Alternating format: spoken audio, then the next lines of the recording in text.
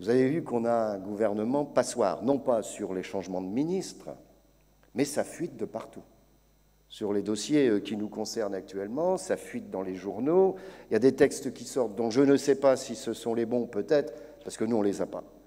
Donc il y a quand même là aussi déjà un premier problème de méthode. Il y a un problème de calendrier. Si le texte qui est sorti hier dans un journal du soir est le texte exact, pour ce projet de loi d'habilitation, il y a quand même toute une série de points là-dedans que nous n'avons pas encore discutés. On n'a discuté qu'un tiers du dossier pour le moment, les uns et les autres. Ça, c'est un problème de procédure. Mais à force de faire des calendriers un peu resserrés, même s'il a été détendu d'un mois, on arrive à ce type de difficultés d'une manière ou d'une autre. Mais maintenant, moi, je réagirai officiellement quand on aura des textes écrits. J'ai toujours dit que le syndicat se base sur du réel, du concret, et non pas ce qui sort dans la presse. J'ai rien contre la presse, mais ou qui fuite d'une manière. Les journalistes font leur travail, c'est pas ça, mais qui fuite d'une manière ou d'une autre. Mais si jamais ce texte était le bon, ben, il y a des problèmes. Hein. C'est le moins qu'on puisse dire. On n'a toujours pas, même si ça a évolué par rapport à nos premières discussions, on n'a toujours pas garanti le niveau de la branche. Et qu'est-ce qu'on négociera dans l'entreprise? Si c'est négocier l'organisation du travail dans l'entreprise, ça je peux comprendre, mais quand on pose la question de savoir mais quels sont les thèmes que vous voulez mettre dans l'entreprise, pour le moment on n'a aucune réponse. Donc la consolidation de la branche est en cours, mais elle n'a pas encore abouti. Premier problème. Je ne vais pas tous les prendre, je vais en prendre que 3. Deuxième problème, on nous sort le CDI de chantier. Moi je le dis clairement, si ce CDI de chantier, ça veut dire quoi? Ça veut dire... et on garde bien entendu tous les autres contrats précaires qui existent, etc. Vous savez que la France a le seul pays au monde à avoir un contrat ultra précaire qui s'appelle le CDDU, par exemple, qu'on pourrait très bien supprimer. Mais là, on ajouterait encore le CDI de chantier. Ça veut dire une précarisation croissante de la situation des salariés. Ça veut dire que ce CDI-là, s'il était étendu, bien entendu qu'il viendrait au détriment du CDI normal.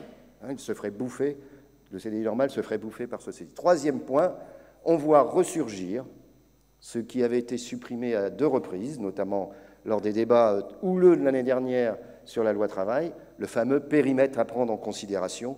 Ça a été évoqué par Elsa Peskin tout à l'heure.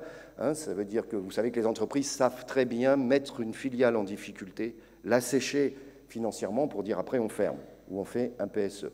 Mais nous tenons à ce que, non, au moins sur l'activité de cette entreprise, la dimension groupe et internationale perdure pour protéger les salariés et permettre, effectivement, si PSE doit y avoir, qu'il y ait un réel PSE avec des droits. Je prends ces 3 exemples qui sont des lignes rouges.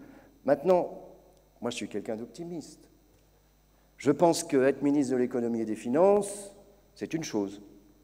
Être président de la République, c'est une autre chose.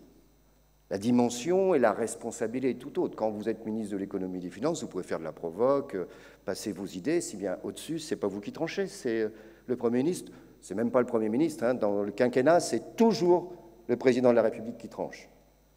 Rappelez-vous, avec Sarkozy, ça se voyait, c'était visible. Avec Hollande, ça se voyait moins, mais c'était tout pareil. Et je suis persuadé qu'avec Macron, ce sera la même chose. Donc la responsabilité finale, lui, appartiendra, lui et aux équipes de l'Élysée. Il faut que les choses soient claires. Et comme je lui dis, et je le redis, c'est à lui de prendre la responsabilité. Ou il considère que sur ces questions clés, il y a non seulement une vraie concertation, ce qui est vrai, je l'ai dit, je le refire, il y a une vraie concertation. Mais une vraie concertation, ce n'est pas simplement d'écouter, c'est aussi d'entendre à un moment donné. Ils connaissent nos lignes rouges. Ils connaissent les lignes rouges des organisations syndicales. Où les choses se passent correctement, et dans ce cas-là, tant mieux.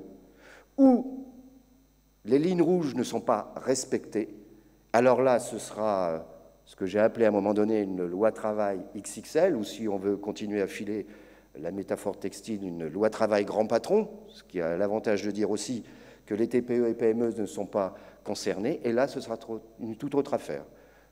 Donc, à partir de là, la responsabilité, dans tous les cas de figure, sera du côté des pouvoirs publics. Nous sommes toujours ouverts à la concertation, mais il y a des lignes rouges à ne pas franchir. Et si elles sont franchies, comme je l'ai toujours dit, nous prendrons nos responsabilités. Donc, Marie-Alice, tu as encore du travail sur les questions d'organisation du travail, d'une manière ou d'une autre, et encore merci à tous.